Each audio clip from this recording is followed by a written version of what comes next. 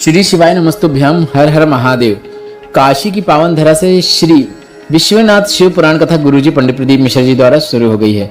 7 दिवसीय शिव पुराण कथा है जिसे आप 9 से 15 अगस्त तक दोपहर के 1 बजे से 4 बजे तक आस्था और यूट्यूब के माध्यम से लाइव सुन सकते हैं, क्योंकि यह ऑनलाइन शिव पुराण कथा है।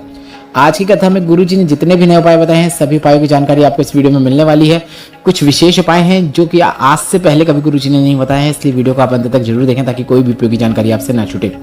साथ ही 17 अगस्त सावन सोमवार के दिन जो नाग पंचमी आने वाली है, उसके 3 विशेष उपाय गुरुजी ने बताए हैं, वह भी हम आपको इस वीडियो में बताने वाले हैं।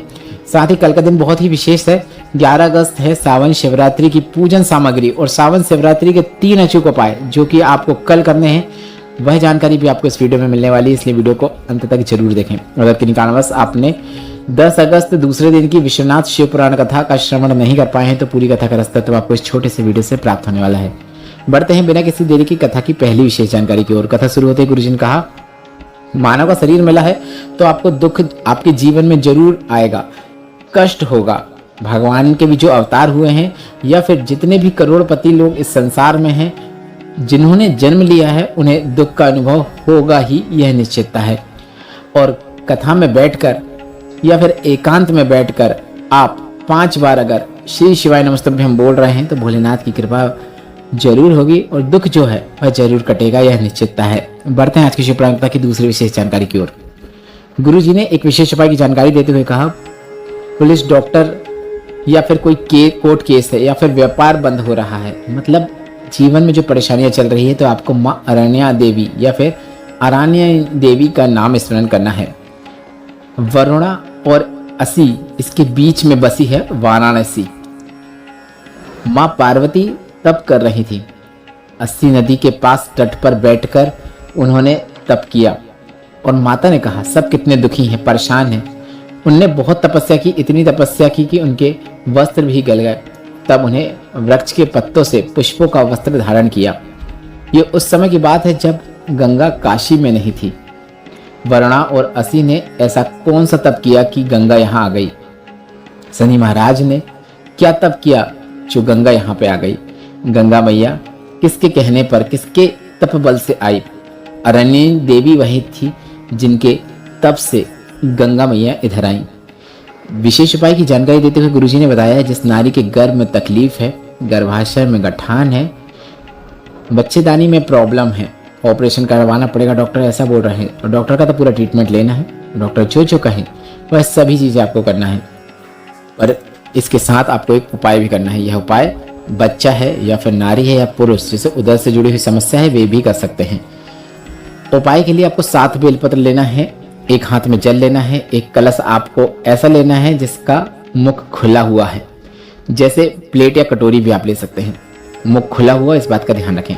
7 बेलपत्र को आपको शिवलिंग के ऊपर अर्पित करना है, अरण्य देवी का नाम लेकर करना है।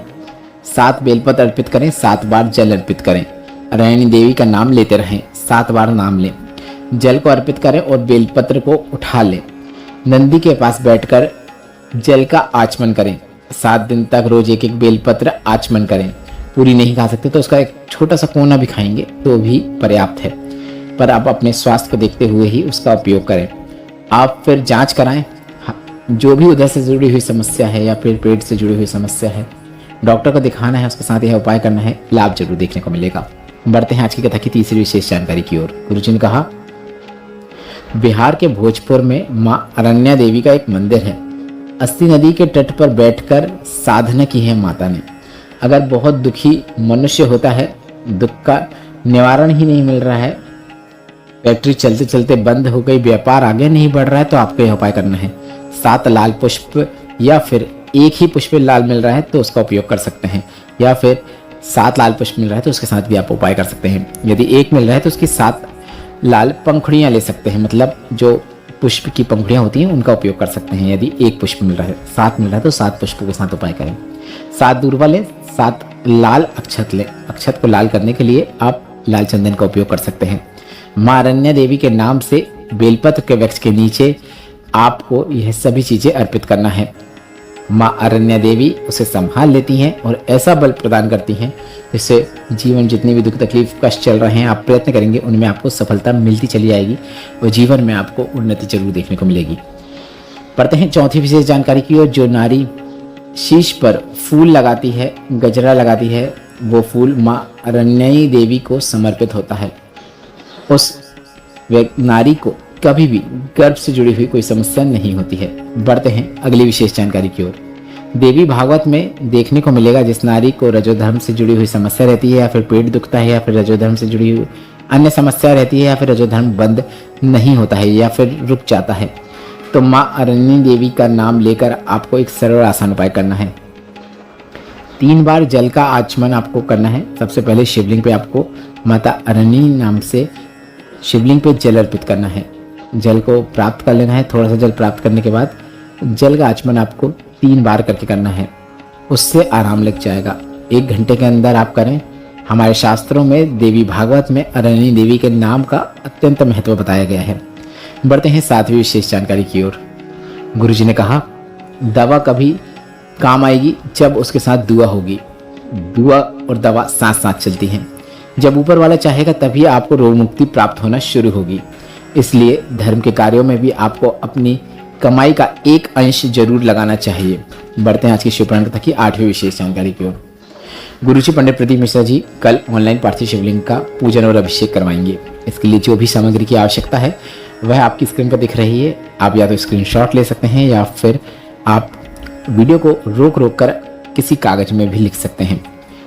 यह ऑनलाइन पार्थिव शिवलिंग वर्ष में एक बार होता है जो गुरुजी सावन शिवरात्रि के अवसर पर कराते हैं, जो कि लाइव होता है। गुरुजी मंत्र उच्चारण के साथ स्वयं भी करते हैं।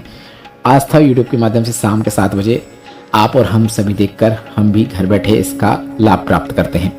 पूजन सामग्री में 1 लोटा जल, गेहूं के 21 दाने जो कि वंश वृद्धि के लिए होते हैं, कमल गट्टे 5 जो कि धन वृद्धि के लिए होते हैं, चावल के 108 अखंड दाने जो कि टूटे हुए नहीं होना चाहिए, काली मिर्च 21 नग जो कि रोग मुक्ति के लिए होता है, काली तिल धतूरा 1, बेलपत्र 7 नग जो कि मनोकामना पूर्ति के लिए होता है, शमी पत्र 7 नग रोग मुक्ति और धन प्राप्ति के लिए होता है, पुष्प और 7 लाल गुलाब के पुष्प। अभिषेक सामग्री में दूध, दही, शहद, घी, शक्कर, यह हमें पंचामृत बनाने के लिए रखना है और अलग से भी रखना है। इत्र, गंगा जल, चंदन, 3 गोल सुपारी, पीला चंदन, चावल, मोली, कपूर, 2 देसी घी के दीपक, 2 जनेऊ, लौंग, इलायची, पान का पत्ता, हल्दी, अबीर, गुलाल, मेहंदी, काली मिट्टी। पार्थिव शिवलिंग का निर्माण करने के लिए पार्थिव शिवलिंग का निर्माण आपको पहले से ही करके रखना है। फल 5 नग मतलब 5 की संख्या होना चाहिए। आप 5 केले भी ले सकते हैं, मिठाई और धूप बत्ती। इस प्रकार से आपको सभी चीज़ें पहले से रखना है। अगर किसी चीज़ की कमी हो रही है तो निराश नहीं होना है। उसके निमित्त चावल का दाना रख सकते हैं और जब वह चीज़ भूली जाए जो नहीं है तब आप चावल का दाना अर्पित कर सकते हैं। बढ़ते हैं 9वीं विशेष जानकारी की ओर। गुरुजी ने कहा, सतयुग में काशी की आकृति त्रिशूल जैसी थी, इसलिए इसे त्रिशूल पे बसी कहा गया। त्रेता युग में काशी की आकृति सुदर्शन चक्र जैसी थी। द्वापर में काशी की आकृति रथ जैसी थी, इसलिए उसे रथी कहा गया। कलयुग में काशी की आकृति शंख जैसी है और कलयुग के बाद भी काशी रहेगी। बढ़ते हैं आज की कथा की 10वीं विशेष जानकारी की ओर। आशुतोष अग्रवाल जी पत्र लेकर आए, जिसमें उन्होंने लिखा, झारखंड का निवासी हूँ, बचपन से मंदिर जाता हूँ। आपकी कथा जब से सुनी शिव को पा लिया। हमने झारखंड छोड़ा क्योंकि हमारा वहाँ व्यापार नहीं चल रहा था। हमने प्रथम बार आपकी कथा सतुआ बाबा सेवा शिविर में सुनी।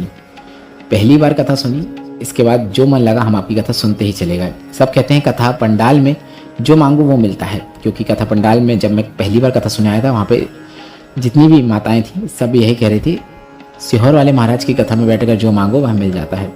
मैंने कामना कर ली, मेरा घर बन गया, मेरा व्यापार चल गया और मैं जजमान बनने की कामना की थी और मैं इस शिव पुराण का जजमान भी हूँ। उसी का आभार व्यक्त करने कथा पंडाल में आए हैं।